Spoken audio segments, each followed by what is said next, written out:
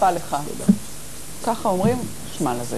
ואנחנו עכשיו לשיטת טיפול פסיכולוגית די מעניינת, מסקרנת, ניסיון להציף ולהעלות את התת מודע באמצעות הפעלת היד הלא דומיננטית.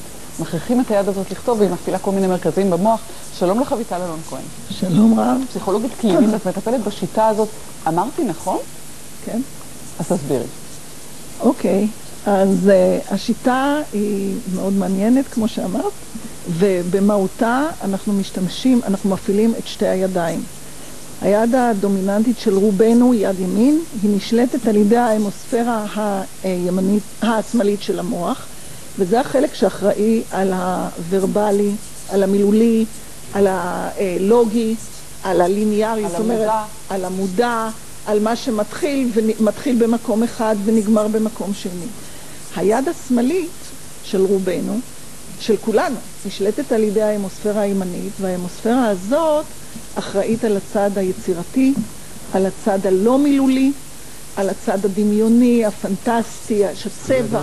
בואו נדבר. אדם נולד והוא רוצה לכתוב ביד ימין. אוקיי. אז למה זה חשוב שאתם תלמדו אותו לכתוב ביד שמאל? אני לא מלמדת אף אחד לכתוב ביד שמאל, זה לא מטרת התהליך. מה כן?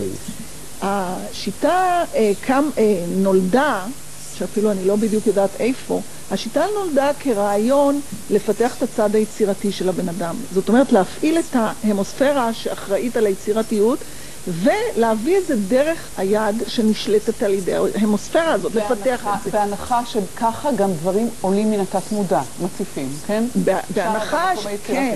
בהנחה שבחלק הזה של המוח, זה החדר שבו מצוי החלק היצירתי. אוקיי, אז יושב אדם, ומה את עושה? עכשיו, אני לקחתי את הדבר הזה, והפעלתי אותו על הפיתוח של האישיות. אני יוצאת מתוך הנחה, שבעצם כבר יונג דיבר עליה, שהבן אדם יש לו 4 מרכזים או חלקים בסיסיים.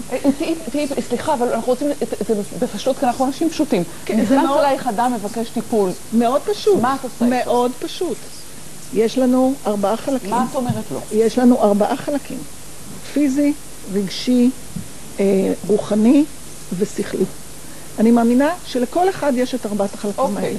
עכשיו, אני, דרך השיטה הזאת, עם הכתיבה ביד הלא דומיננטית, אני פונה אל כל אחד מהחלקים האלה. ואני מתחילה מסע של דו-שיח והיכרות. משהו כותב למה אם אני אכתוב ביד שמאל כשאני באופן טבעי רוצה לכתוב ביד ימין, איזה יצירתיות יצא מזה? כי ביד ימין... מה? הסודות הכמוסים יצאו. כי כשאנחנו כותבים ביד ימין ומופעלים על ידי יד שמאל, זו טכניקה שאנחנו כל הזמן מפעילים, ויש לנו, אנחנו כל כך מתוחכמים, שכבר יש לנו המון מחסומים. כשאנחנו פועלים ביד הזאת, קודם כל זה בא ממרכז אחר, אבל מלבד זה אנחנו עוקפים המון מחסומים. אז מה אנחנו לא מרוויחים את זה אבל? משחרר. קודם כל אנחנו מרוויחים שעולה אינפורמציה ממקור אחר, שהיא באה לפעמים בהקשרים. למשל, אני מגיעה לאינפורמציה שהיא אצל הבן אדם בתקופה הלא ורבלית אפילו. עכשיו, איך את מגיעה לזה? בכתיבה עצמה? במה שהיא כותבת היד? או בדברים שעושים מהפה תוך כדי שעושים את המאמץ לכתוב? בכתיבה עצמה. הכתיבה בעצם במידה מסוימת הופכת להיות אוטומטית. אני שואלת אותך שאלה, אני אומרת לך תכתבי אותה ביד ימין. ספונטנית. אני אומרת לך תכתבי אותה ביד ימין, והתשובה באה, הבן אדם אומר, רגע, אני לא יודע מה לחשוב, אני אומרת, אל תחשוב. תתחיל לכתוב, תן ליד לכתוב. לא ביד ימין, ביד שמאל. ביד שמאל. אני אומרת לבן אדם, תתחיל לכתוב, תענה ביד שמאל. והפלא ופלא, היד מתחילה לכתוב. רגע, היד השמאלית תכתוב תשובה אחרת מה שהייתה כותבת היד הימנית, היא הייתה מתבקשת להשיב על... אני רוצה לטעון שבוודאי ובוודאי שבשלב ראשון האינפורמציה תהיה שונה. כאילו משחררים מחסומים וקולפים דברים? עוקפים מחסומים, מגיעים לאינפורמציה ממקור אחר, וכיוון שזאת אינפורמציה אישית שלך, אתה יודע שזו אמת. אם אנחנו מציגים לך את השאלה, מה יחסך לערב חדש? ואת כותבת בימין. אז את רוצה להגיד לי שהתשובה הראשונה שלך ביד ימין תהיה שונה מהתשובה היצירתית שלך ביד שמאל? יש סיכוי, אבל אנחנו לא מדברים על שאלות מסוג זה. אנחנו מדברים על שאלות יותר עמוקות וכואבות בדרך כלל. גברתי, אנחנו ננסה את זה בבית.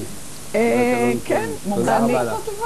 לא כל כך מומלץ לנסות לבד. אני הולכת להתחיל לעבוד עם מכון תלם בהרצליה פיתוח, שזה מכון יוצא מן הכלל, והיום פותח את שעריו לקהל הרחב. אני עובדת גם בקריית שמונה עם משאבים, עם טראומות. אני מזמינה אנשים לבוא ולהתנסות בזה. תודה רבה לך. תודה רבה. נשמע כמו איזה מין היפנוזה כזאת שאדם תחת מצב היפנוטי אומר כל מיני דברים.